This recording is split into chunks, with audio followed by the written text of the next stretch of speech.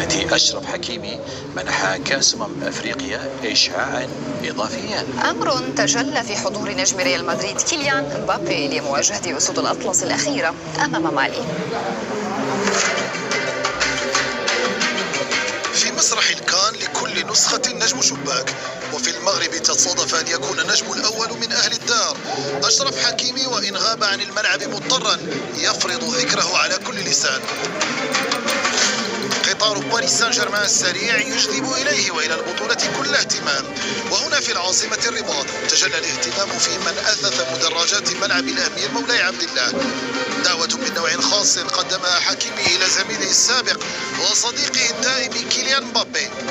نجم ريال مدريد لم يرفض الدعوة ولم يكتفي بالحضور، بل تجاوزه لإظهار الدعم بقميص منتخب المغرب برقم صديقه، ومرفوقا بأسرته سجل بيتشيتشي الليغا هدفا آخر لمصلحة الكان الباحثة عن الارتقاء في سلم الأهمية ضمن رزنامة المسابقات القارية، وهي من كان ينظر إليها موعدا أهميته تختزل في اكتشاف ما استجد من مواهب في القارة السمراء، لا موعدا للتنافس على أحد أغلى وأصعب البطولات في العالم.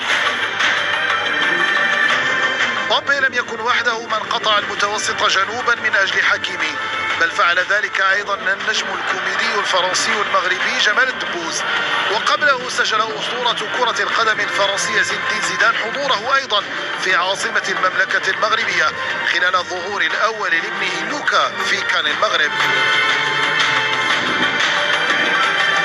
نسخة استثنائية إذن ملحها نجوم بقيمة أشرف حكيمي، ومنتهاها الرفع من قيمة مسابقة ظلت لسنوات في ظل اليورو وكوبا أمريكا.